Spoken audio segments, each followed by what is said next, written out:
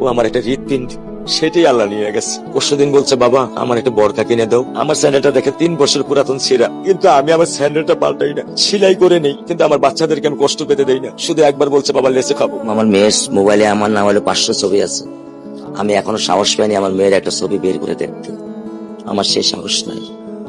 আমি সেই সব হারাই ফেলছি, কারণ ও আমার ছিল হৃৎপিণ্ড। ওর জীবনে এমন কোন চাওয়া নাই যেটা আমি পূরণ করি নাই। পরশুদিন বলছে, বাবা আমার একটা বরকা কিনে দাও। আমার চাচতো ভাই বললো, ভাই ইসলামপুর থেকে 300-400 টাকা পাওয়া যায়। আমি সাথে সাথে মিনি মার্কেট থেকে আমি 1000 টাকা দিয়ে আমার মেয়েকে বরকা এনে দিচ্ছি। আমি দরিদ্র, ভাঙা বাসায় থাকি, কিন্তু আমার সন্তানদেরকে আমি কখনোই দারিদ্রতার স্বাদ পেতে দেইনি।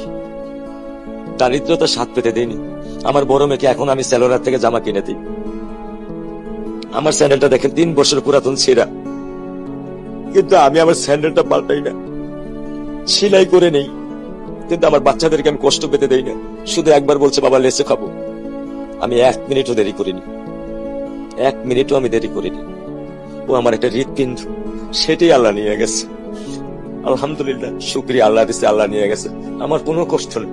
আমি তো চাইলে পারতাম না, অনেক দম্পতি আছে যাদের সন্তান নেই।